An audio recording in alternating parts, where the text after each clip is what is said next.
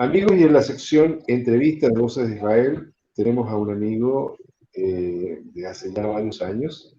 Él es periodista español, radicado hace más de 40 años en España, de origen argelino y de religión musulmana.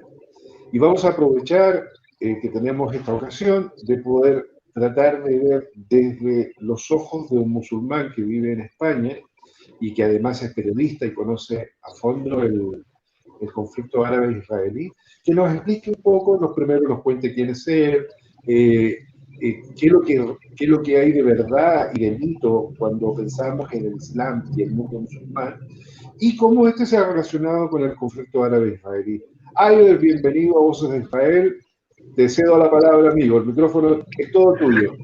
Muchas gracias, Joseph. Para mí un placer, una gran oportunidad, y pocas oportunidades tenemos, digamos, los periodistas, de poder llegar, entrar en las casas de Israel para hablar directamente cara a cara. Yo tengo la gran suerte de tenerte como amigo y el grupo nuestro, que estamos siempre nuestros debates y charlando. Para hacerte un poco un resumen mío, yo soy argelino, de origen amazigh, que no es árabe, pero bueno, somos, aunque se considera Argelia como República Argelina Árabe, pero bueno, soy amazigh. Me vine a España a estudiar filología hispánica, me quedé aquí en España y sigo trabajando durante 40 años en el periodismo local e internacional. Soy musulmán y siempre he llevado el Islam conmigo con honor, con la cabeza alta, aunque aquí no había poco Islam en España, pero en los últimos tiempos, los últimos tiempos, estamos viendo una desviación del Islam, en lo que es el Islam en sí, porque el Islam, para entenderlo, tiene dos explicaciones, porque cuando la gente habla de Islam, dice paz, pero también es sumisión a Allah, es la sumisión. Pero también someterse a Allah, someterse al Corán, pero no el Corán que se interpreta de una manera distinta, tal como le envió Allah al profeta sallallahu alaihi wasallam. Entonces, yo, con tu permiso, voy a hacer un pequeño esbozo sobre el principio del Islam, para ir abriendo después, si quieres, el debate, las preguntas. En Islam tenemos tendencias en el Islam, tenemos el Islam sunita, de ahí hay 5 grupos dentro del Islam sunita. Tenemos el Islam chiita, que es un Islam minoritario, pero lo más importante, hay en el mundo 1.400 millones de musulmanes. Vamos a ser generosos y ponemos 400 millones de árabes. Los demás no son árabes. La mayoría de los musulmanes no son árabes. El país más poblado musulmán del mundo no es árabe, es Indonesia. Entonces, no tiene nada que ver el Islam con lo árabe. Ya empezaré un poquito y para explicar un poco esta diferencia muy importante para que la gente sepa que hay una diferencia. Que te puedes encontrar con un musulmán chino de Indonesia, del norte de África, de España, de Canadá, de Sudamérica, de cualquier sitio del mundo. Puede ser musulmán y musulmán, Islam, y practica la paz. No hay nada. El Islam, eso es, para explicarlo un poquito, 2 palabras, lo que quería decir antes, es cuando el Corán defiende sobre el profeta sallallahu alaihi wasallam, en el Islam hay 3 fases del Islam. La primera fase es la fase de la Meca, el Islam de Meca. Era el Islam, cuando llegó las leyes del Corán, era para introducir la gente con paz. La primera aleya, o sura, o versículo, se dice en árabe aleya, sura, versículo, que descendió, es Iqra. Iqra quiere decir lee. Le dice Dios al profeta, dice Iqra. Y él le contesta y dice, no sé leer. Le dice, lee. Dice, no sé, 3 veces. Dice, lee en nombre de Dios. Entonces, la primera ley es muy importante, porque los musulmanes, casi todos los musulmanes, no hablo de radicalismo, de la gente que va, no cogen esta ley porque cuando te dice Iqra, Dios te está diciendo, culturízate, ten cultura, abre tu mente, no te quedes ahí. cuando estés convencido, entras en el Islam. Entonces tenemos, como he dicho al principio, el Islam, el Meccaví, que descendió en Meca, que era un Islam pacífico. Después descendió otras aleyas en el Corán, en Medina, que era un Islam medio pacífico, pero también guerrero. Guerrero, ¿por qué? Porque estaban las luchas entre las tribus árabes para el control de Meca. El profeta estaba en Medina exiliado y quería retomar el control de Meca. Después de las guerras que hubo entre las dos tribus, al final Meca se conquista por el profeta. Cosa muy importante que dice que la gente dice que el profeta quitó todas las estatuas, no sé si han visto ustedes el caso de Afganistán hace tiempo, cuando bombardearon la estatua de Buda en Afganistán, perdón. El profeta mismo, cuando hacía el Hajj, que ahora estamos en el mes del Hajj, este es el mes del Hajj, que es la peregrinación, el profeta hizo la peregrinación y había estatuas dentro, estatuas fuera de la Meca. Entonces, que no saquen cosas nuevas. Después de conquistar Meca, viene el Islam de gestión. El Islam, cómo se gestiona la comunidad musulmana. Y ahí viene todo lo que está explicado de una manera pacífica. Una de las primeras cosas, para entendernos, cuando los musulmanes estaban perseguidos, salen de Meca y se van lo que es actualmente, se llama Somalia. Eran amigos del profeta, eran musulmanes. Y se van y piden amparo al rey cristiano que había ahí. Las tribus árabes de Meca tenían grandes negocios con este rey. Y las tribus fueron a hablar con el rey diciéndoles, nos tenéis que dar a esta gente, porque nosotros tenemos negocios contigo, tenemos relaciones comerciales. En aquella época eran las relaciones comerciales que eran más importantes que cualquier otra cosa. Y entonces el rey le dice que no. Este Islam habla lo mismo que habla mi Dios, que habla Jesucristo, que lo mismo que está hablando Jesucristo me habla del Islam. Entonces, este es el Islam pacífico, de entendernos, de poder hablar, de poder explicar, sin negar a ninguna violencia, porque el Islam no habla de violencia. Sí es verdad que hay leyes que hablan de violencia. Yo sé que los telespectadores tuyos, Joseph, han leído o tienen conocimiento, dirán, oh, no, que el Islam habla de matar al cristiano, matar al judío, pero hay que cogerla en el contexto, no que sacar las frases de la ley completa. Si la cogemos en el contexto, es muy importante. Siempre es importante para las relaciones, hasta para la propia vida del musulmán. Le dice que el musulmán, si ve que su vida, la suya, la de su familia, si tiene que hacer la guerra, si tiene que luchar, pero si ve realmente que va a perder, lo que tiene que hacer es pactar con el enemigo una paz. Y eso no se hace. También, para eso te he contado un poco histórico, pero volvemos a los tiempos actuales. Como dije antes, que casi todo el mundo piensa que el musulmán es árabe y por ende terrorista. No solamente en Israel, lo digo, que en el mundo, cuando pasas con un pasaporte que tenga un nombre árabe, el policía de fronteras te echa una mirada así diciendo, ¿de qué va? O pasas un control policial de cualquier país, que digo país europeo, occidental, democrático, Estados Unidos o cualquier país, aunque sea Sudamérica, cualquier país democrático, y ya, amigo mío, cuando ve tu nombre musulmán te dice, sal de la fila, quiero ver tu maleta. Te cachean. Solo con ver tu pasaporte.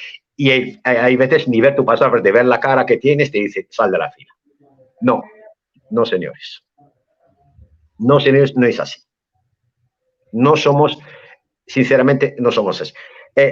Realmente lo que han sufrido los musulmanes a manos de los musulmanes es 100.000 veces. No estoy quitándole el dolor que está sufriendo el pueblo israelí, porque tengo amistad con Joseph y con mucha gente, y muchas veces cuando escucho algo siempre me pongo en contacto a ver si pasa algo. Para mí, no puedo vivir esta vida, sinceramente, de que un hombre salga de su casa con una metralleta, tiene que patrullar su calle para ver si hay algo de viene.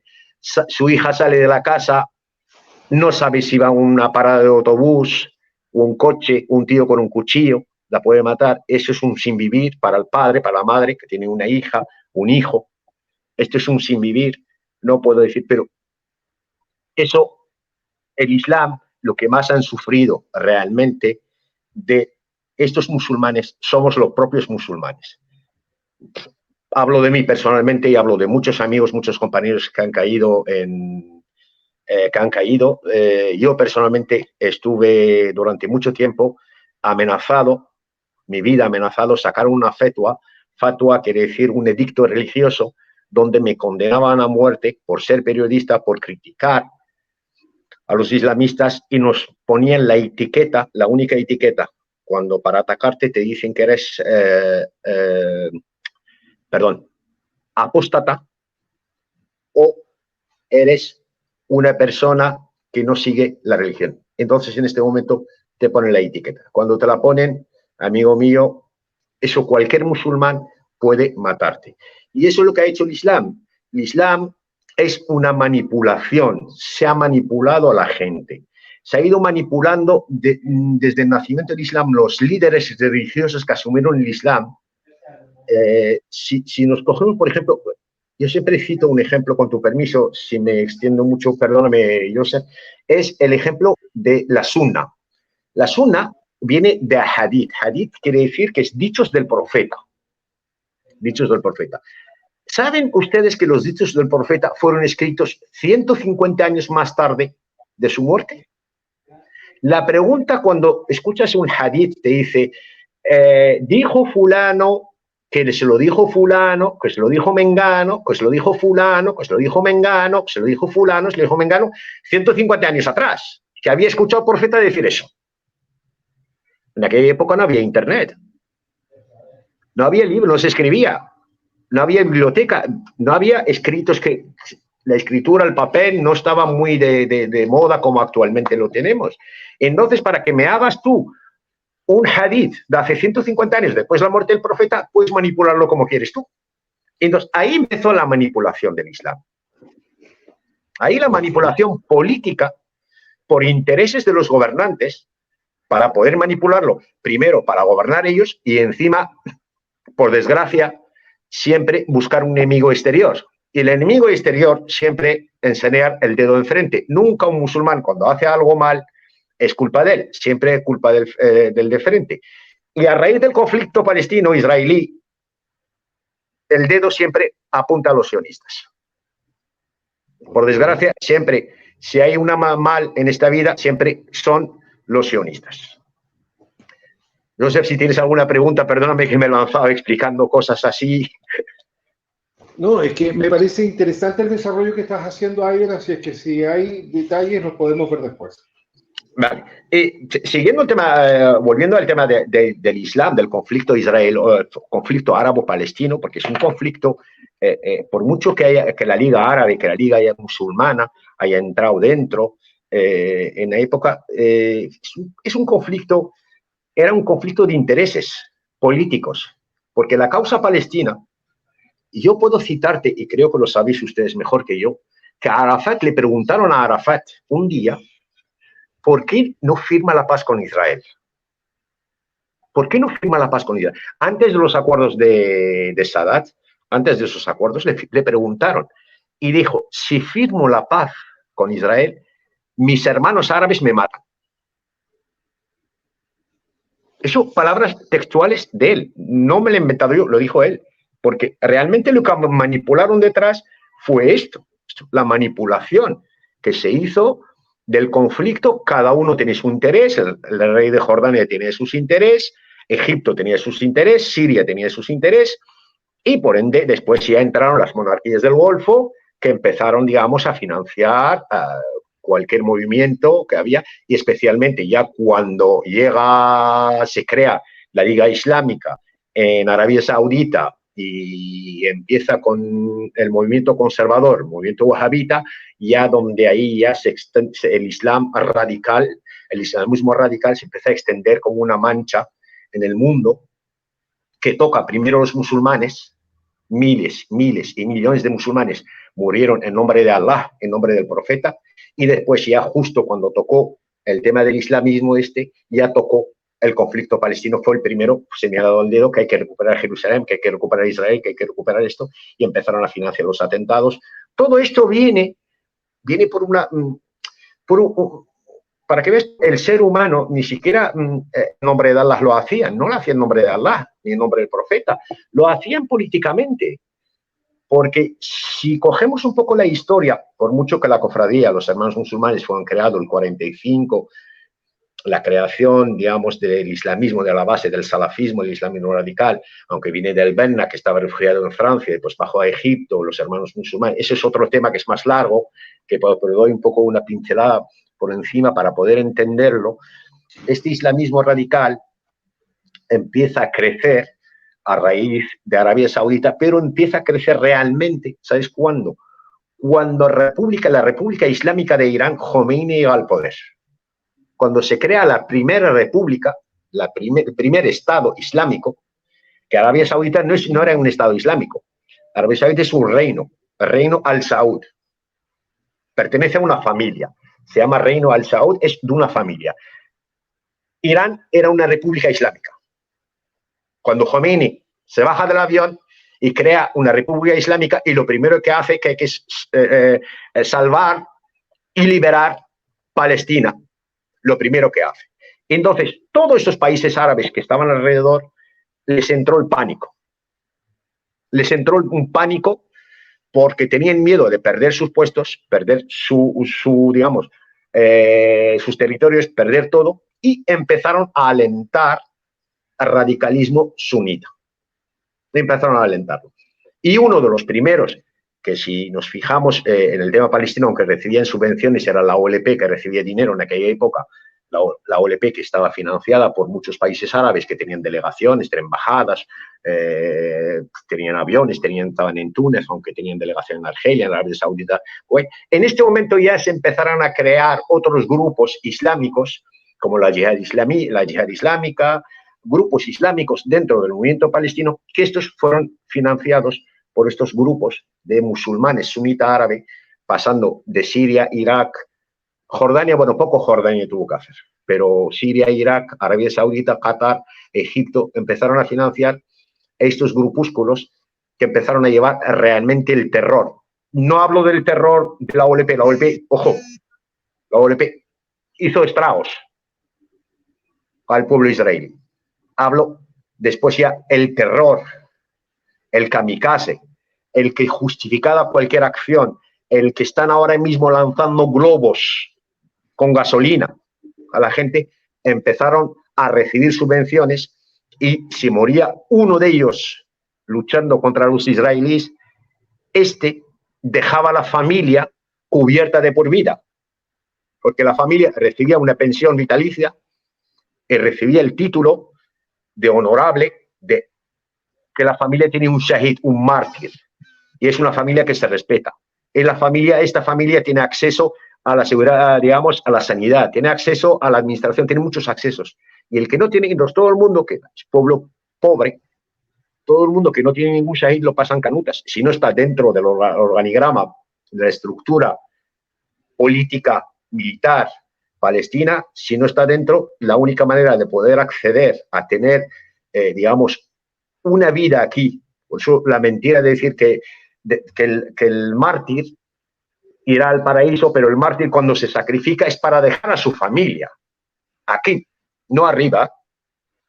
Él posiblemente va al paraíso, no creo, porque ahí Dios no admite, Allah no admite ninguno de estos dentro, no va al paraíso, pero se sacrifica para el bien terrenal de su familia.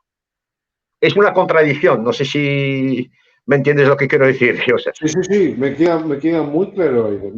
La contradicción que hay, se sacrifica, me voy, pero ojo, con una condición: mi familia cubierta, mi mujer, mis hijos, o mi madre, mi padre o mis hermanas cubiertos.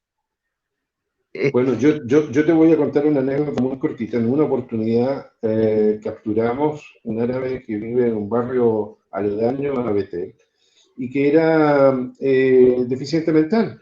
Y cuando lo interrogamos, cuando ya se había internado como 2 cuadras dentro del Ishu, nos enteramos de que en realidad los hermanos lo habían traído a la fuerza, lo habían forzado a cruzar el cerco con la idea de que nosotros lo matásemos para que ellos pudiesen, la familia, recibir esta pensión de la que estás hablando. O sea, mira los extremos a los que se llega. Sí, sí, es que la familia lo hace. Es que dice, yo me sacrifico, pero este viene todo del Islam radical que fue financiado por Irak, Siria y los países del Golfo y Arabia Saudita y, digamos, el patrón en aquella época. Bueno, cada país empezó a financiar con sus intereses, aunque los sirios tenían a gente de la OLP, de los Abbas lo tenían ahí, los iraquíes tenían otro grupo, pero realmente el islamismo radical empezó a moverse por debajo, empezaron a financiarlo, entonces los países del Golfo financiaban. Lo que has contado, un caso es tremendo. Un deficiente mental, vete porque yo voy a cobrar, mi familia va a cobrar. Va a tener una pensión vital. Él vino contra su voluntad. Sí, contra su voluntad. Es que lo envían, claro. Le envían contra su voluntad. Y imagínate, este es un deficiente mental que lo envían contra su voluntad. Yo te hago una pregunta, es decir, imagínate tú una familia donde el padre no está, hay una madre, hay 7 hijos, hijos y hijas. Y está un chico ahí que ve que todos los días no hay ni para comer, ni hay ni siquiera sopa de piedras, como se dice en mi pueblo.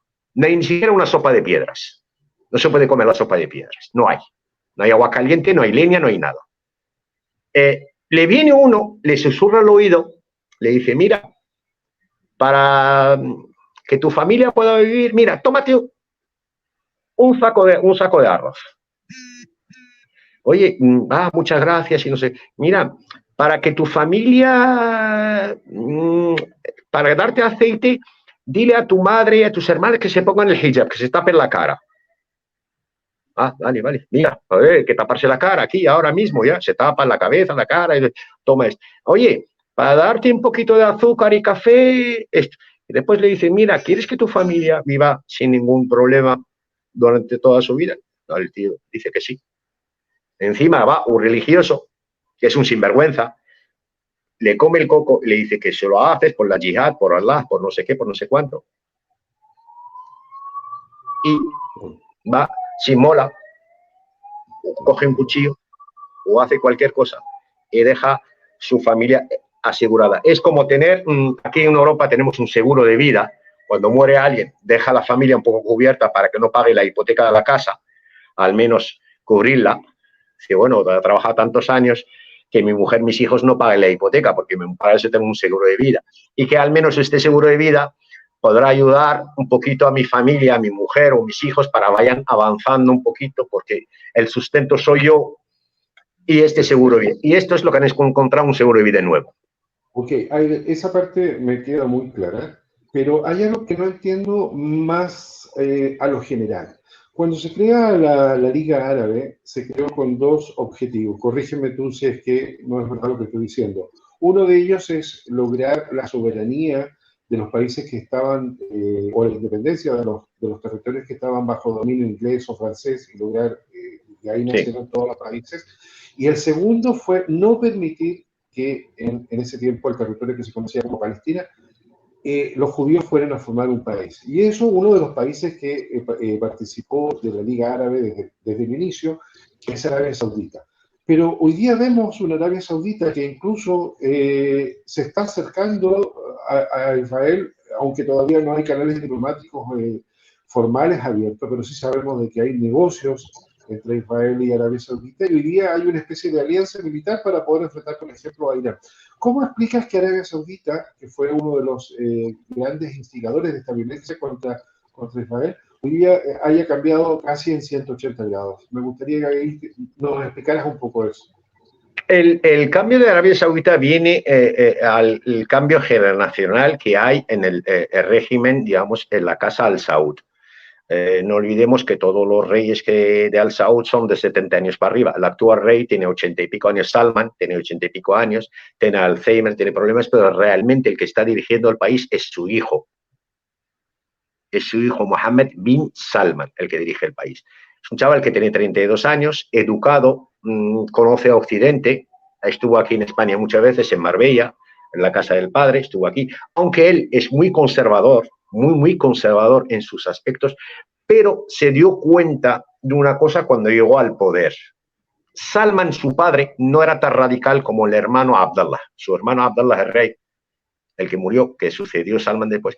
Salman no era tan radical porque Salman vivía casi toda su vida, aunque era gobernador de Riyadh, jefe de la Guardia Real, jefe del servicio secreto, todo. Salman pasaba más tiempo en el extranjero que en Arabia Saudita y tenía mucha gente alrededor de él, asesores, gente.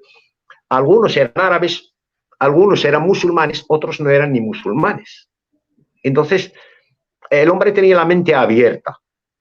Y cuando llega Salman al poder, ya lo primero que empieza a hacer unas depuraciones.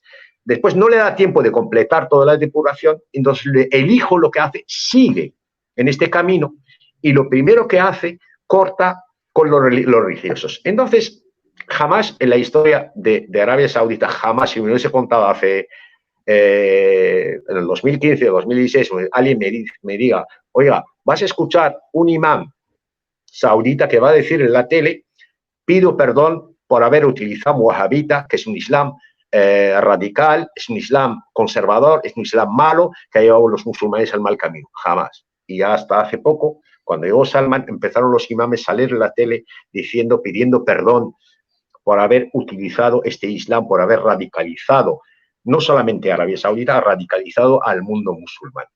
Ese es el control, toma el control religioso, pero también el chaval es muy inteligente, aunque muy impetuoso, tiene unos ramalazos un poco malos, pero se da cuenta que el control tiene que tener la religión. Entonces empieza a tener imames, digamos, favorables a sus tesis de modernizar el país. En este momento, cuando empieza a modernizar el país, salvo los que se ponían en su contra, los religiosos, lo cogían y los metían en la cárcel. Los condenaban a la cárcel. Pero se da cuenta de un tema muy importante, que es el tema económico. Dice, aquí yo de petróleo no puedo vivir toda la vida. Tengo muchísimo dinero, pero ¿quién tiene el dinero? Los tiene casi en Arabia Saudita, la fortuna, todo digamos, en la fortuna la tiene 150 personas. Dice, bueno, esto ya, y no pagan impuestos, no pagan nada. Dice, ven el señor, aquí pues tienen que pagar impuestos. Empieza, los encerró en un hotel, les abrió un juicio, todo el mundo pagó su fianza, pagó sus impuestos. Y todo. Después dice, aquí tengo que avanzar, tengo que dar un futuro al país. Me voy a quitarme el radicalismo y me voy a buscar una relación. También en este momento se da cuenta que un país muy importante en tecnología, en información, en todo, es Israel, que está al lado. Es que hay frontera al lado. Y se da cuenta, con la historia, dice, ¿qué voy a hacer yo tantos años luchando? Y a mí me pilla lejos, perdona la palabra, Jerusalén está lejos, yo vivo ahí en Meca, abajo, a 2.000 kilómetros, y Jerusalén está a 2.000 kilómetros arriba, y no van a meterme yo un follones de estos, que se lo arreglen entre ellos. Pero como tengo yo potestad sobre, una pequeña potestad económica sobre esta gente, lo primero que hago, corto el dinero. Y lo que hizo el hombre es cortar todo el flujo del dinero que iba hacia Palestina para financiar lo que estuvimos hablando antes. Otra cosa que hace, muy importante, eso ya se hizo con Abdallah. Abdallah empezó a hacerla y después termina de hacerla Mohammed bin Salman. Antiguamente, cuando se termina el rezo, que es la rogatoria, la súplica, entonces cuando se termina el rezo se hace una súplica. Especialmente los viernes, cuando se el rezo del viernes, se hace una súplica generalizada.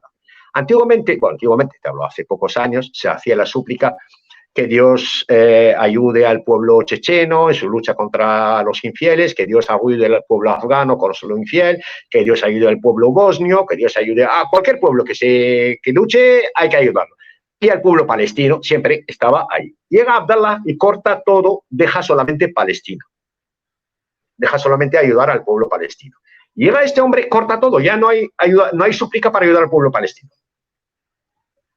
Entonces, la gente se da cuenta, es el sistema religioso que manda mucho la religión sobre el individuo en el mundo musulmán, especialmente el mundo árabe. La diferencia que hay, otro día podemos explicar la diferencia de la religión en el mundo árabe, la influencia, y en el mundo no árabe. Te doy un ejemplo, las Islas Maldivas es un país musulmán. Poca gente no sabe qué es las Islas Maldivas, es una república islámica. Y ahí hay alcohol, hay todo, y se puede hacer muchas cosas, y no se meten con nadie. Y Salman, volviendo al tema de Salman, se da cuenta y empieza a cortar todas estas influencias, digamos, intenta abrir el país y busca una alianza económica, tecnológica, con países, especialmente Israel, porque le interesa. Le interesa, y a Israel también le interesa. Ojo, no estoy diciendo nada en contra, le interesa. Pero siempre yo le digo una cosa a Israel, digo, ojo, tomarlo con pies de plomo. Porque este hombre puede desaparecer y llegar a otro. Puede cambiar la situación. Pero de momento hay que aprovechar las oportunidades, aprovechar los canales de comunicación, las aperturas que hay, no solamente de Israel, está de los Emiratos, está Qatar, que ha abierto comunicaciones. Turquía, que se ha vuelto a encerrarse, se ha vuelto muy conservadora, ya quiere, el Erdogan quiere volver la Ataturk, quiere volver el Imperio Otomano antiguamente. Este es la ídola hoy, es le fue desde que se juntó con los hermanos musulmanes.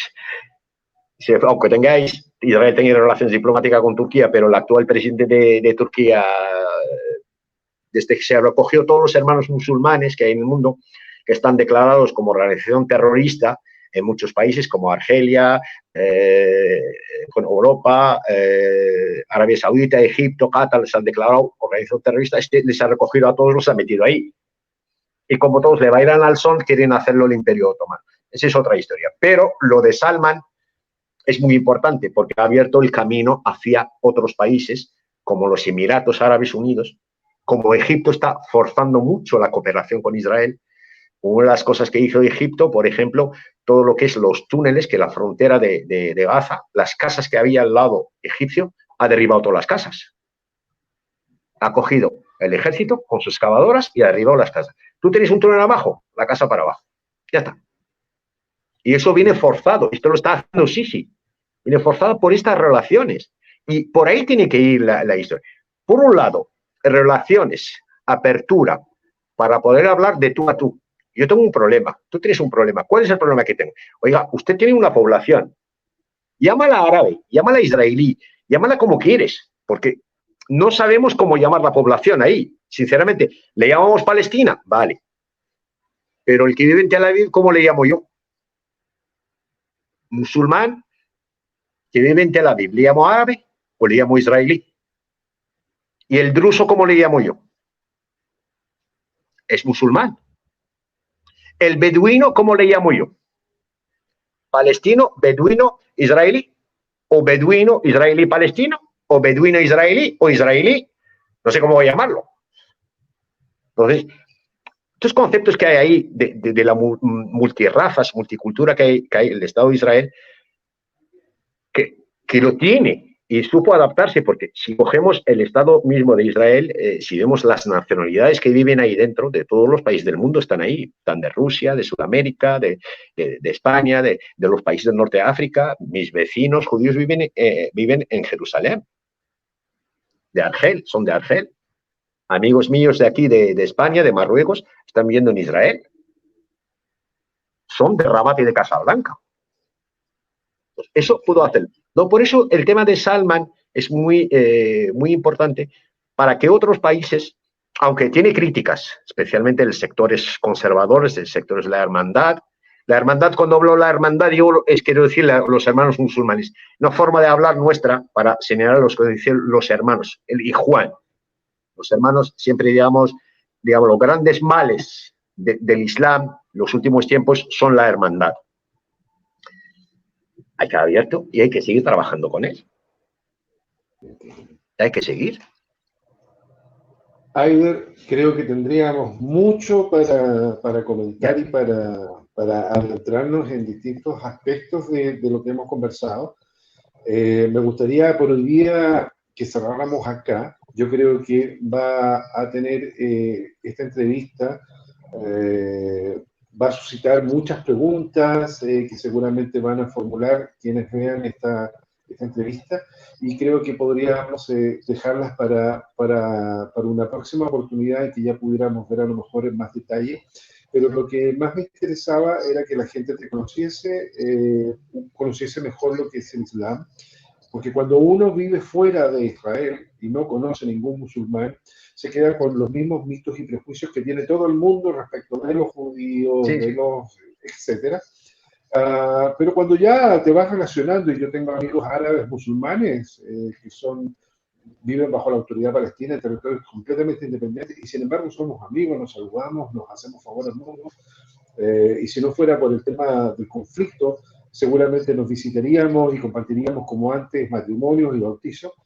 Me parece muy interesante el hecho de que la gente, primero que nada, te conozca, haya escuchado tu visión del mundo del Islam en general, completo, para poder dejar claro de que un subconjunto es el mundo árabe, y que nos hayas magistralmente explicado en pocos minutos cómo ha ido evolucionando un conflicto que nació incluso desde antes de la fundación del Estado de Israel hasta la realidad actual en que vemos países cuyo objetivo al unirse la Liga Árabe era impedir a toda costa la formación del Estado de Israel. Hoy día ya están pensando en colaborar y vivir en forma pacífica y buscar puentes para construir puentes más que cerrar puertas y ventanas.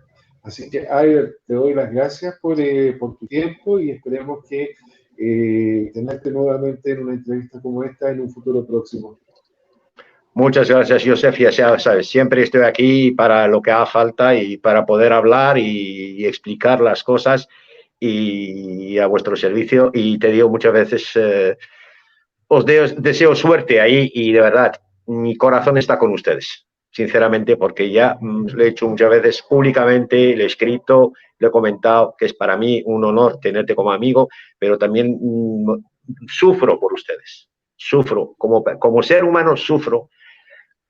Como padre sufro que ve un hijo que sale, no sabes lo que va a pasarle, y como amigo sufro cuando escucho algo, y tengo amigos ahí en Israel que escucho algo y dice, llamo, mando WhatsApp o Messenger, oye, ¿qué tal estáis? Bien, bien. No, digo, gracias, alhamdulillah, están bien. Es Muchas gracias, un placer. Bueno, amigo, un gran abrazo. Un abrazo, Josep. Hasta la próxima.